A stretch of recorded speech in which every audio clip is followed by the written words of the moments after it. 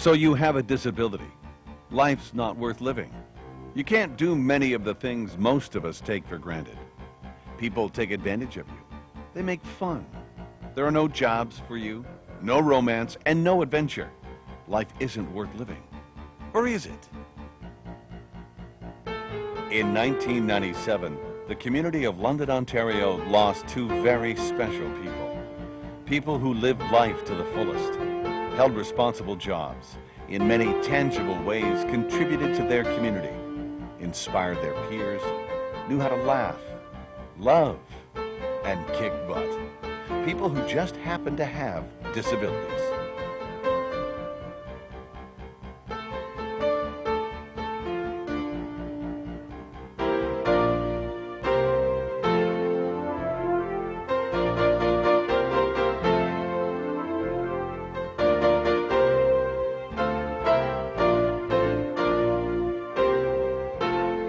We do too. This program is dedicated to the memory of Tim Dupé and Tanis Quinnell. Now we'd like you to meet some of their friends, people who enjoy life, people who have disabilities. Hi, I'm Vicki Mayer, and I have the privilege of introducing you to some of the nicest people I know. We're going to hear their stories and visit with them, where they work, where they live, and where they play.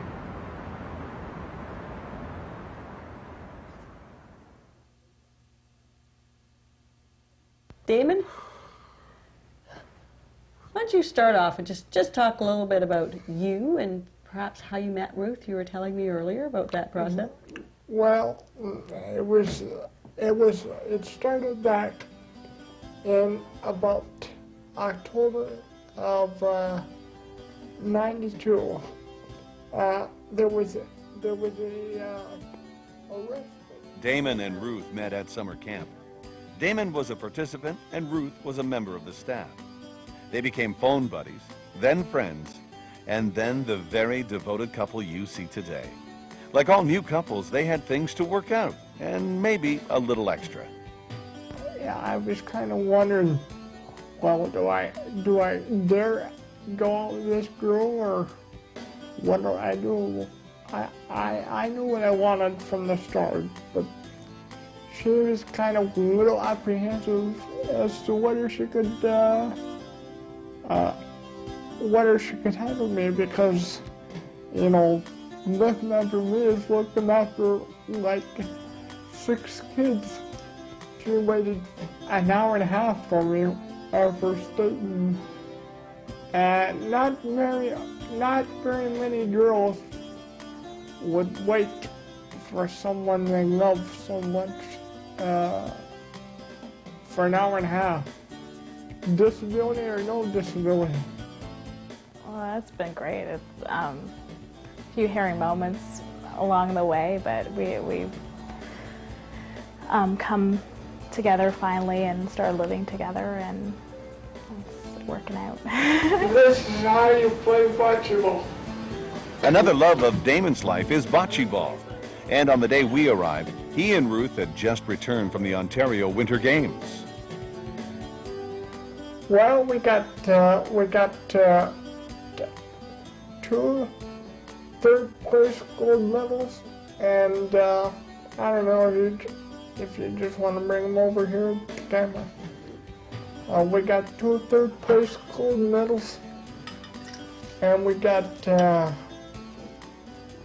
and I got 89 points in persistent bocce. Damon is also very involved in many local committees in London, including the National Access Awareness Week Committee and on the advisory board for the local paratransit. He has also dabbled in stand-up comedy and has been a regular at the annual Disabled Comedy Night hosted by Yuck Yucks and sponsored by the NAAW Group. And the God said, let there be light. I try to be funny, you know. Just like we love each other very much. She's my best friend, and I wouldn't replace her for the world.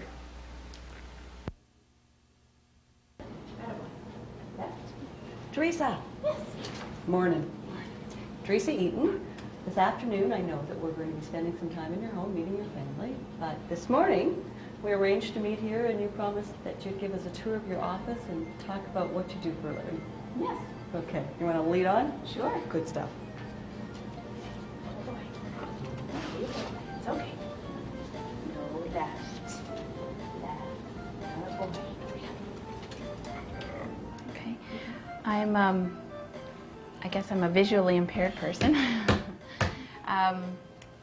And I have been almost since birth, but not quite.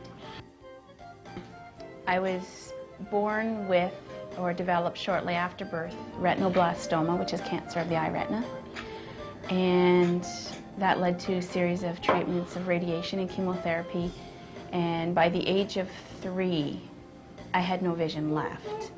And both my eyes had been removed. Then I went to university. I must say that it's something I was really proud of. When I applied to university, I was accepted at all 3 of the universities that I had applied to, which made me very proud.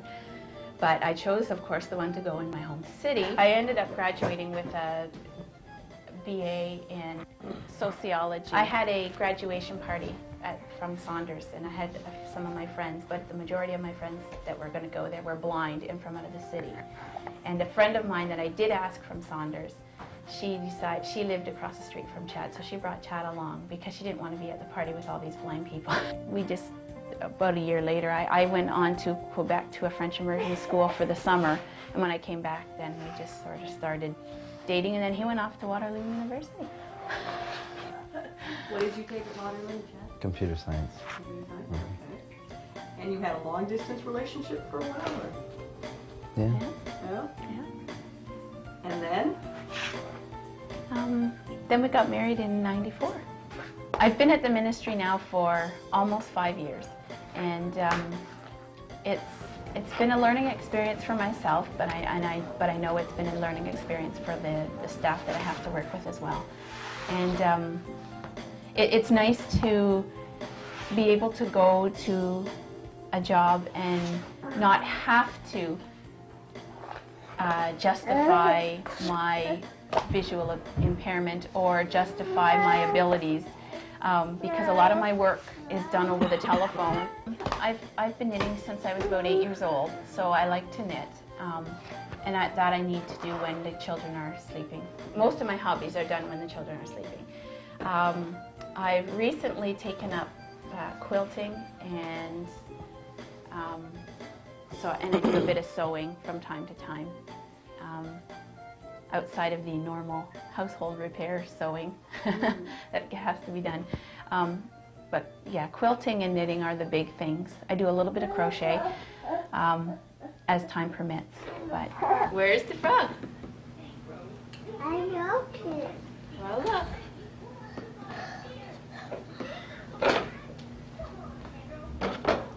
Where's the frog? There it is. And what?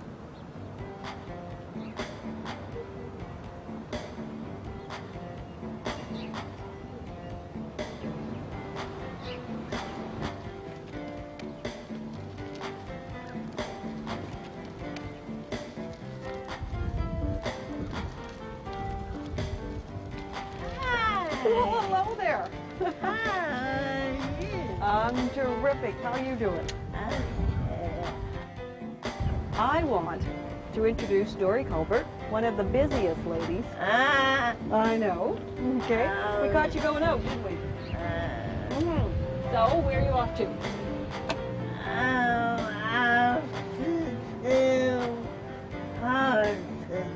To Tim Hortons. You get a donut craving, do you? No? Only coffee, all right. Why don't you give me a rundown on your week this week? What are you doing for fun?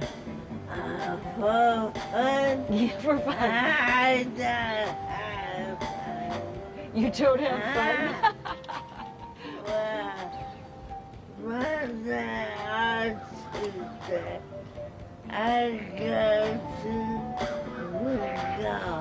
You're a big bingo player. I see you lots of bingo, yeah? And then Wednesday, I always go to a show. You hit the movies on Wednesday night. Then please run. Mm-hmm. And I just got that. You are busy every night of the week, just about, aren't you? And when you're not gallivanting around the city, you're playing with your computer. Mm-hmm. Now, you still spending lots of time with your computer? Yes, I love Good deal. and the Scrabble game. Scrabble.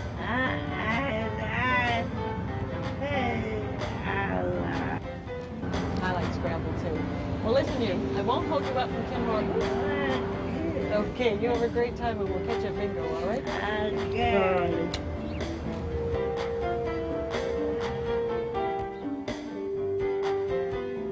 Disabled as a result of a car accident in 1969, Dory Culbert is a well-recognized figure in the London community. The reason? She's everywhere.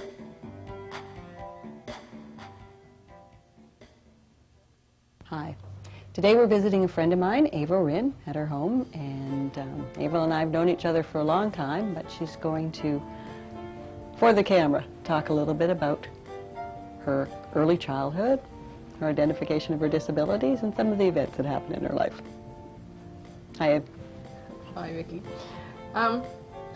I was born or raised in a little town outside the city, very small place, so of course everyone knew everyone. My disability was identified fairly early, which can be a good or a bad thing, I guess, depending on who you are. So when I was a really small baby, I was diagnosed as having congenital cataract. I'm still considered to be legally blind, which means that I have less than 10% functional vision. I went to regular high school. I went to university. Well, actually, I guess what I'd say about it was I didn't really have a goal. There wasn't a reason why I wanted to be there. I knew I wanted to go to university, but I wasn't sure why I did.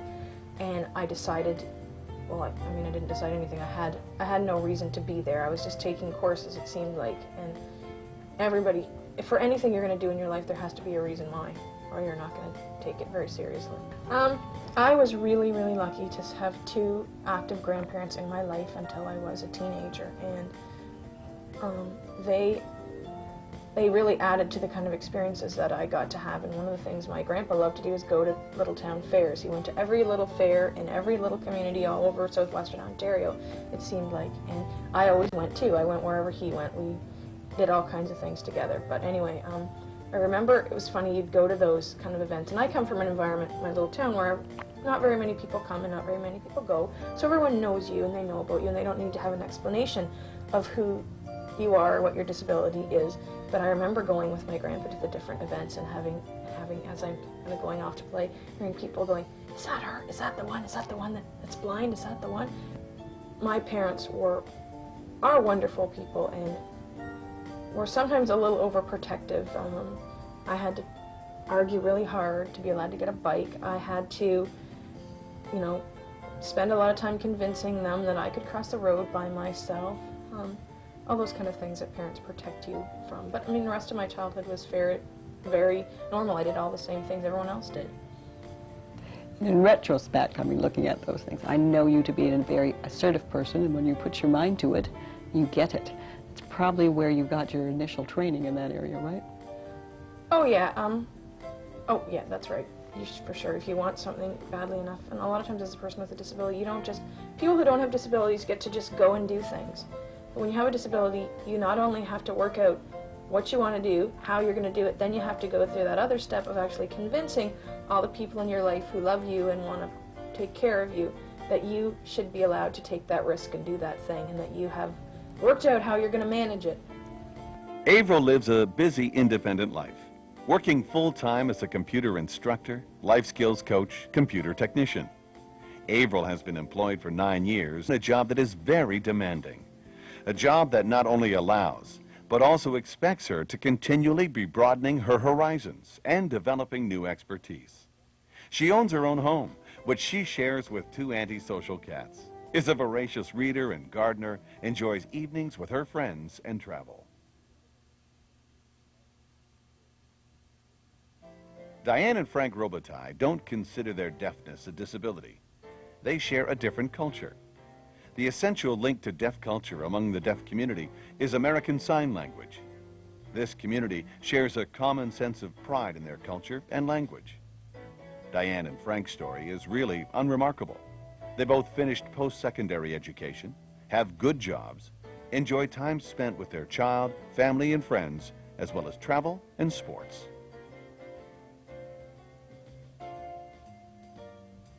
Hi, my name's Frank. My name sign is an F at the forehead. I was born deaf. My parents are hearing. There are 5 siblings in my family, 3 deaf and 2 are hearing. I have many cousins who are deaf. It is hereditary.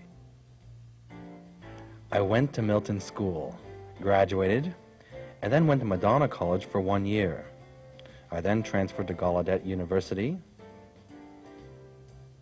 and I'm now working at a manufacturing firm making large trucks. I'm married to Diane, and we have a hearing son. Hi, I am Diane Robitaille. I am deaf. I was born deaf to a hearing family. The cause of my deafness is unknown.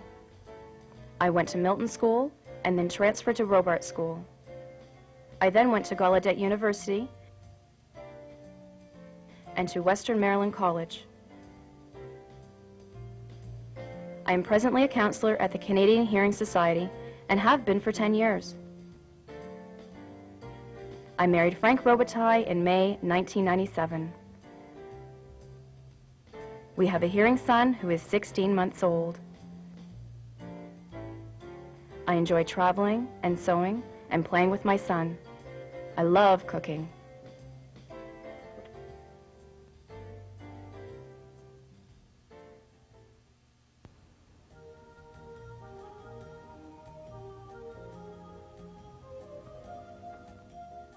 At the home of another one of my favorite people, Myrtle Evans. I've never heard the story of your life, Myrtle. Well, as you can tell, I'm in a wheelchair from polio, 1953. Okay. And when I took polio, I had 4 little children. And shortly afterwards, my husband disappeared. And we had only moved to London about 6 months before. And when he disappeared, I still couldn't even sit up. And eventually I came home from hospital, got my children home, and I raised the 4 of them by myself. It wasn't easy. And there was lots of scrapping and fighting. And when they got to their teens, I felt like a punching bag. But we managed, and I'm pretty proud of them. And I've now got 6 grandchildren and a couple of great-grandchildren. Not one to let the bumps in the road get her down, Myrtle took correspondence courses from the time her kids were little and then formally completed her education in her late 30s. She began working in a full-time position and stayed for 26 years until her retirement. And since I have been having an absolute ball. Myrtle graced us with some of her memories and wisdom. On grandkids. Grandkids you love twice, you know, coming and going. On Myron Angus. He always made me angry because I used to sit beside him taking notes at meetings. Well, heck, he could take them as fast as I could, but his were more legible. Regarding Tanis. She was just quite the all-round gal, that one, but her intelligence was so intense. She was really marvelous. You know, I had a friend of mine say one time, polio wasn't a nice thing to take, but look at the marvelous people we met because of it. And on life in general. And she said, Myrtle, live one day at a time. Don't look forward and don't look back. And it's good sage advice, I can tell you. Today we're at the home of Jim Wooten, another friend and colleague of mine. Jim is incredibly talented and a really interesting character. And we're going to spend a little bit of time getting to know him better. Jim Wooten's career as an artist began when he first learned colors with his mother at the age of 3. Due to attention deficit disorder, Jim struggled through school, but found that he could work out some of his excess energy through drawing. As I went on in school, I got to enjoy my art more. My father used to bring home pads of paper that he made at the press, and I drew constantly from one end of the weekend to the other. A psychiatric survivor, Jim's work reflects his life. I do drug drawings now. Drug drawings are takeoffs of any kind of medication that has a lot of side effects. I love the side effects. His love of the outdoors. So then after a stint in drafting for a while, 2 or 3 years, I went up north and spent a year and a half on the pipeline where I was an inspector, and really found myself there and did a lot of wandering in the bush and soul searching and everything else. The people he spends time with. Brownie had such an interesting face that I thought, well, I'll do a carving of him. So I did carving of him. He was a North American rodeo star back in the 30s, 40s. And he's reflected in a lot of your work, you see, Brownie. He's quite the guy. You use so many different kinds of textures and mediums, and for your work, it's... I never stuck one. I started out wood carving and wood turning. But I got into flat stuff. My wife got me into that more than... Started out with oils about 7 years ago, back into that again. And I just continued on with the pastels and the pen and ink and pencil and watercolors and watercolor pencil crayons and just all that stuff. I try everything. And the plaster? The plaster is back in when I was at Asheville. Jim now assists many community groups in their fundraising endeavors. Last year there was, of course, Access Awareness Week, Independent Living Center, Alzheimer's, CMHA Chatham, CMHA Stratford, epilepsy, goes on. You're really incredible. Jim Wooten, big talent, bigger heart.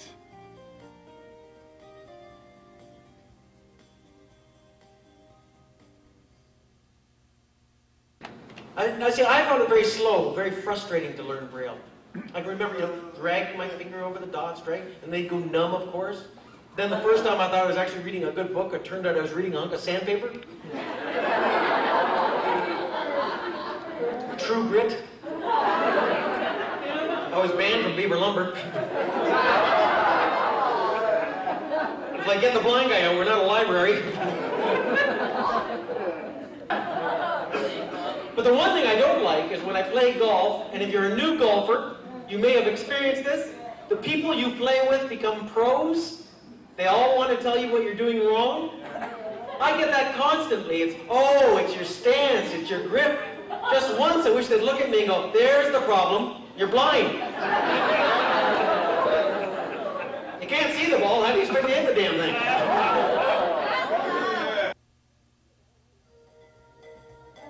John Fawcett and his friends at Hutton House enjoy a variety of activities while learning, experiencing a sense of accomplishment and having fun. John, tell us a little bit about yourself.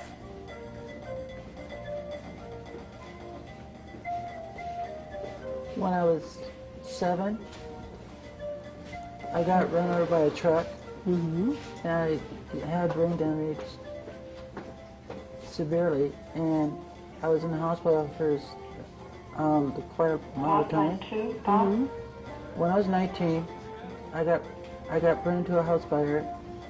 75% of my body got burned, and I was 25% mid-lib. Despite these setbacks, John is an active community member. You enjoy computers. You're also very active in the community. Yes, I am. I love national awareness because it helps me out a lot get new people.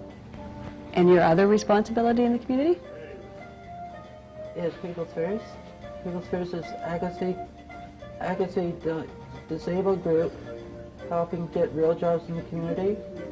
While sharing his story, he shared some of his best experiences. In activities, bowling, bingo. I like going to car racing, dancing, cards, etc. I met my girlfriend 7 years ago. Her name's Brenda Brown. In the future, we're getting married. And finally, we met some of his other friends. My name is Sean Curry, and I started working here at Hutton House in 1989, and I like working here because I make lots of friends. And I just started a teaching job last year, and I've been teaching John on computers for a year now. We watched them work in the cafeteria, on computers, and at the loom. So much to do.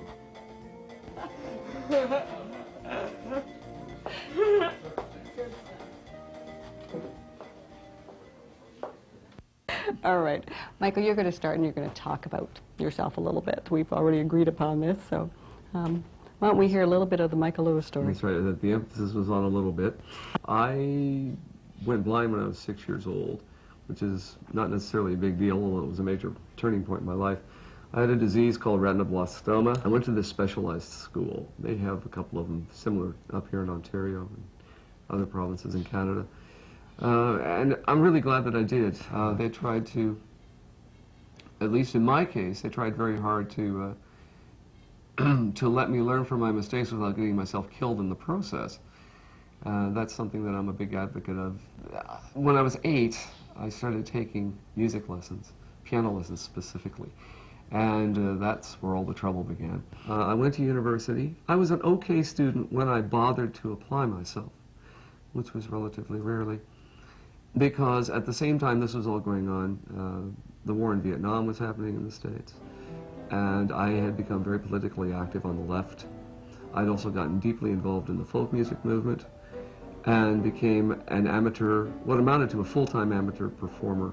I woke up one day in April of 1970 realizing that I had not been to class for 8 weeks. And that if I did not withdraw legally the next day, I would be flunked out of university at the end of May. Hence, I went down and withdrew without telling my parents. They weren't amused. You know, what are you going to do with the rest of your life? I wasn't quite sure. But I made a phone call, and the reaction was, where have you been? We lost your phone number. Can you come up here and audition? We're thinking about expanding the band. So I leapt onto a Greyhound bus one night, on the 4th of July, oddly enough, with a suitcase and an organ and a couple of amplifiers, and I wound up in Hamilton, and I didn't come home for 6 months. And that was just to visit my parents. I've been living in Canada ever since, so that's the better part of 30 years. When you start talking, you're asking me about highlights, and really in that case, it almost gets to the point where there are too many to be remembered or to be listed. The music, for all of its faults and all of its problems, and the business is a pain, there's no question about that, but it forced me into situations, survival situations, travel situations, mobility situations, interpersonal situations that I never probably would have gotten involved with had I gone a more traditional route. Had I wound up being a psychologist for the state of Illinois, there would have been a lot of screwed up people in Illinois.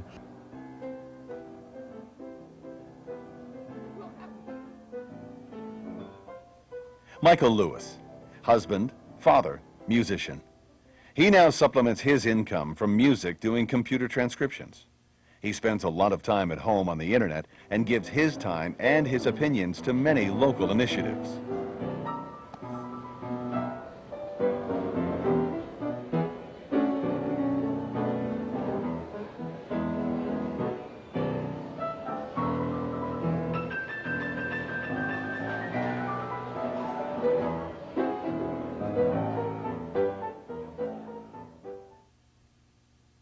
Born with arthrogryposis, a recently identified syndrome that left him without the use of his arms, hands, or legs, Myron's parents worried that there would be nothing that he could do. That was until Myron was just 7, when they met a man at the CNE autographing books with a pen he held in his mouth. Born without arms, this gentleman was a successful author, traveler, and singer. After hearing his story, they returned home, put a pencil in Myron's mouth, and the rest, as they say, is history. Myron met his wife-to-be while still in school. They wed, raised 3 children, and spent 32 happy years together. We had the opportunity to meet one of his children. Well, pretty special, really. Yeah, we did a lot of traveling together and a lot of good experiences. And it gave you an opportunity to see the world that you otherwise would never have seen. So it's been a great experience. I couldn't teach her how to paint with her mouth, though. We visited so many hospitals that they saw so many different problems with these hospitals. I think that's probably an education in itself, really. Yeah.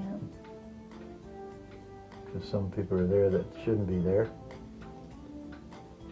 And if they haven't got the right attitude for getting out of there, they're there for life. I think attitude is the biggest thing for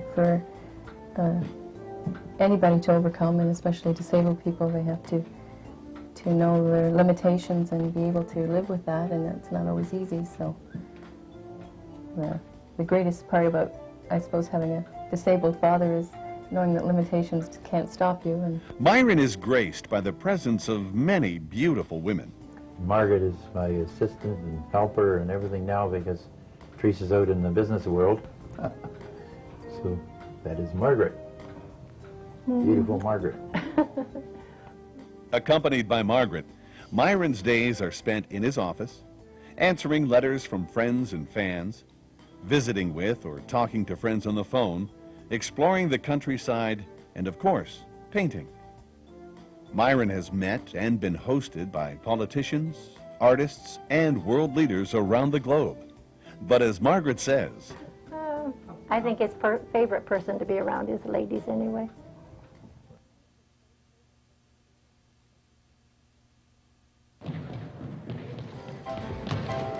now here are some members of the London Wheelchair Basketball Association, the LWBA.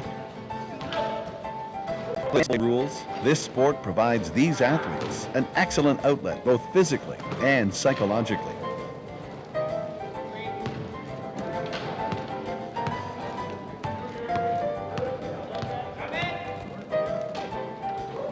I'm Paul Gross, president of the LWBA, and I've been playing wheelchair basketball since 1988. And I was hurt as a result of a farm accident. Hi, my name is Jason Clark. I've been playing wheelchair basketball now for a long time. Yeah, a long time. I got involved when I was in an accident with the train and lost my legs. Well, hi, my name's Daryl Hurst. I've been playing wheelchair basketball for 24 years now. One more season, I think that's about it. Basically injured in 71, motorcycle accident. Went to university, did social work, started my own business in London, and actually I'll be leaving London shortly and being the regional manager for March of Dimes and Employment Services in Waterloo. So wheelchair basketball is a plus. Hi, my name's Keith Parkinson. I've been playing since I think 1995, and I have spina bifida. I have no disability. I have a rare condition that's still unknown and probably will be for the rest of my life. I came to wheelchair basketball way back in '92. Hi, my name is Billy Langenfeld. I was injured actually August 25th, 1999. Accident on my grandfather's farm. I was at Parkwood Hospital and the occupational therapist brought me out. I've been playing ever since I got out of the hospital and I really started enjoying it. My name is Mike Gander. I've been playing since 1997. I'm the LWBA secretary. I'm having a lot of fun, and we tour a lot too, and that's a lot of fun too. Hi, my name is Terry Davies. I've been playing basketball since 1988. It allows me to play the game on an equal footing with everybody, and that's about all. I enjoy the game. As they spend a lot of time together, playing locally and on the road in tournaments, we knew they'd have some stories to share. It's a story of when we were going down to St. Louis, and we had stopped at a wholesaler, dealer, and there were a pair of size 21 shoes. And anyways, a bunch of us, we all put in, we bought these shoes. And we all decided to stop in at this mall to buy a few things. Well, Jason decided that it would be kind of funny to put these size 21 shoes on its stumps and walk in. Now, it's got to be the funniest thing seeing a less than 3 foot tall man walk in with a size pair of 21 shoes on his feet. And anyways, he ended up stopping quite a few people right in their tracks. A few kids were inquiring, and it's one of our best stories. And those shoes are still in existence out at Paul Gross's farm. That's one of our more funnier stories. Yes! I was diagnosed with spinal muscular atrophy. It's a form of muscular dystrophy. And we were raised as though to do everything that you possibly can. And if you can't, well, at least you know you tried. I was raised in Woodstock, a very, very conservative town. And somewhat like Bonnie, my parents raised me, you know, to try to do the best that I possibly could. I was born with cerebral palsy at birth. The youngest of 4 boys, very similar backgrounds in terms of 3 of us, small town. Was as much as possible, came up through an integrated environment in terms of academics. And to my parents' credit, my mother and dad especially pushed for me to go into integrated school setting, because it was in the days when you didn't do that. 3 individuals that are probably closer than many families, brought together by Alpha, a consumer action group that has been responsible for such advances as the establishment of the paratransit service, introduction of low-floor buses, and many other affirmative action initiatives. Bonnie, Steve, and George spend a lot of their time participating on committees ensuring the voice of the disabled consumer is heard. In years past, they shared this role with both Tanis and Tim. Tanis was, the 3 of us know, she was a very brilliant lady, very intelligent, but she didn't, this is not a lack of a better word, but she didn't flog it. She knew how to be a down-earth type of person, but she was a smart lady. One of the many things that always struck me with Tanis is she didn't let her disability define who she was. And Tim was very much the same way, because I think back to his involvement with sports, his involvement with the PUC and the Recreation Department. Again, Tim was one of those individuals. Yes, he had a disability, but that was just the way it was. It was not a big deal. It was only a big deal if other people made it a big deal. One of the things I've always been talking about with myself, and you kind of see it with us individually, of all 3 of us. If you talk to us long enough as individuals, the disability fades away, and it is not even an issue. So this is the way they live their lives. And for these guys, life is always lived as an adventure. Part of the adventure means learning from each other.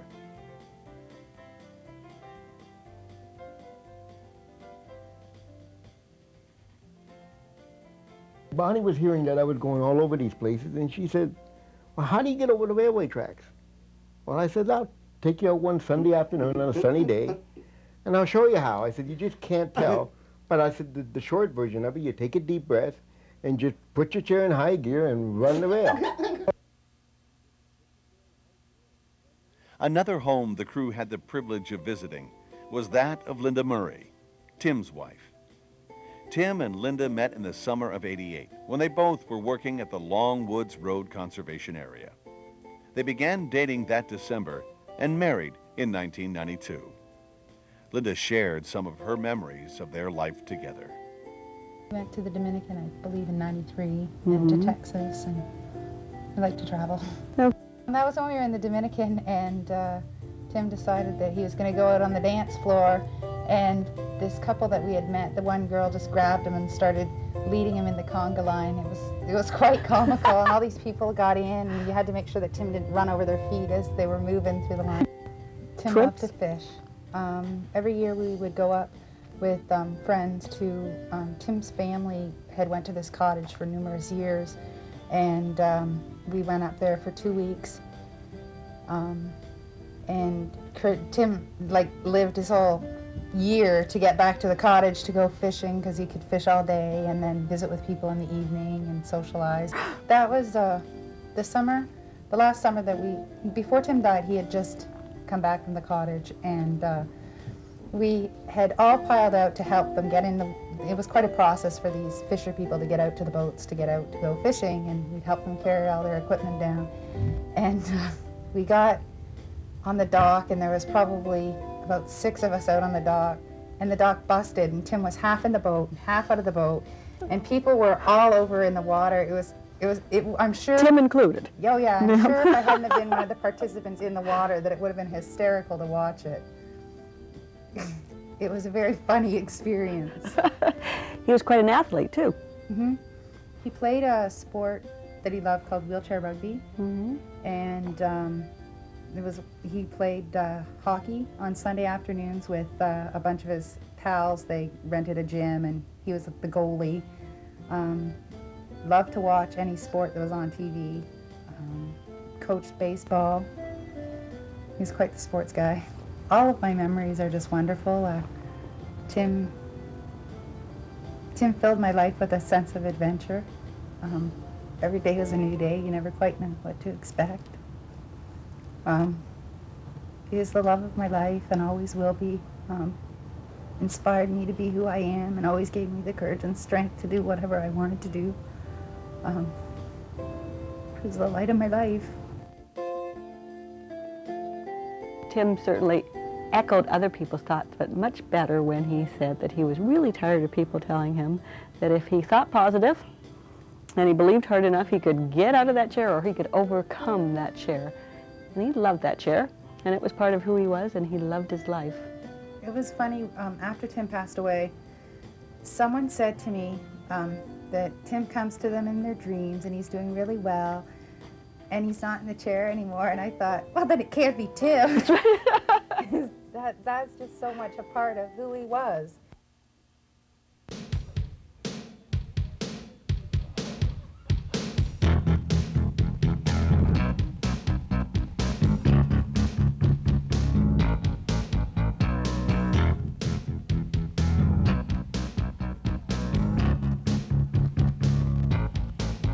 Do you like to go to parties? Do you like to play around? To check out the latest movies? Or maybe catch your favorite sound? To plan your life with someone special? To maybe hold a winning hand? But now before you give your answer, there's something you should understand. We do too. We really aren't that different from you. You got so much to give, but just one life to live. Well, we do too.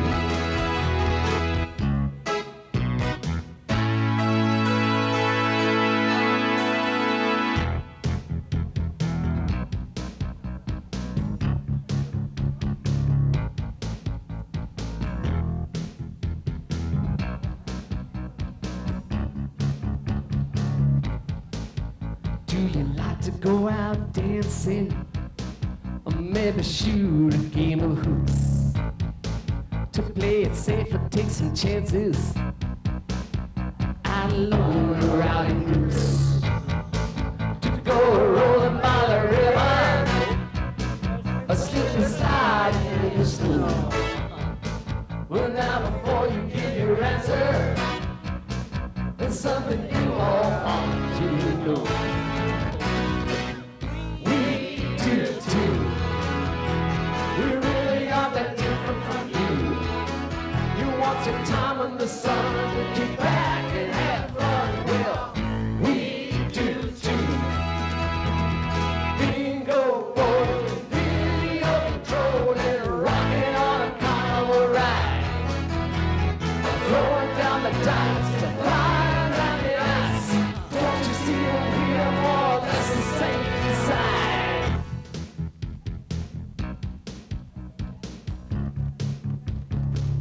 We are more or less the same inside.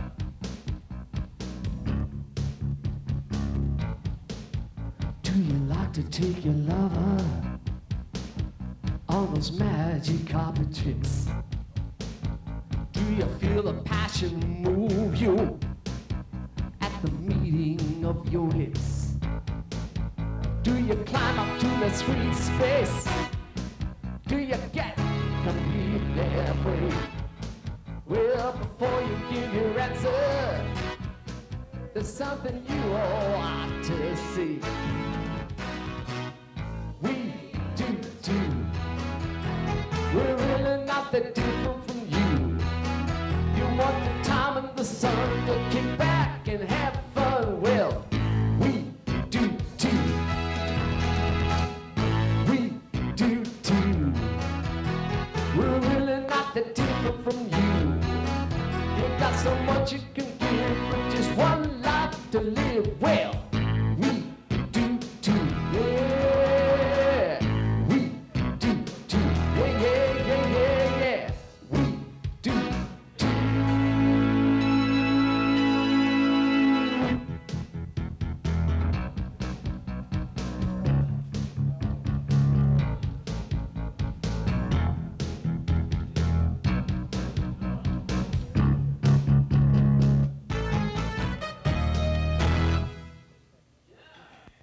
Accommodation, training, and networking for persons with disabilities.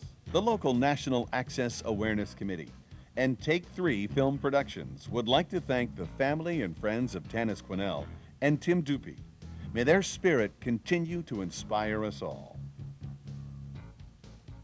Do you like to go to parties? Do you like to play around? Attitude has long been one of the major barriers to access for people with disabilities. These limiting attitudes on behalf of the non-disabled community range from blatant discrimination based on ignorance and fear to well-intentioned exclusion by individuals who can't see beyond the disability and set themselves up as helpers, thereby disallowing the individual to do for themselves or to try new things. This film intends to help you see beyond and to share some good news stories that may help others to see the possibilities of happiness.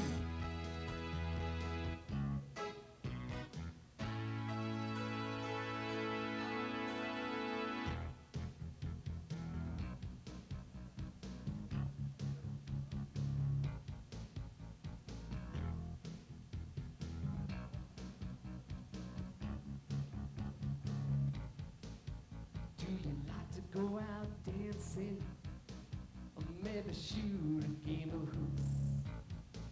To play it safe or take some chances, alone or out in groups? To go rolling by the river, or slip and sliding in the snow? Well, now before you give your answer, there's something you all ought to know. We do too. We really aren't that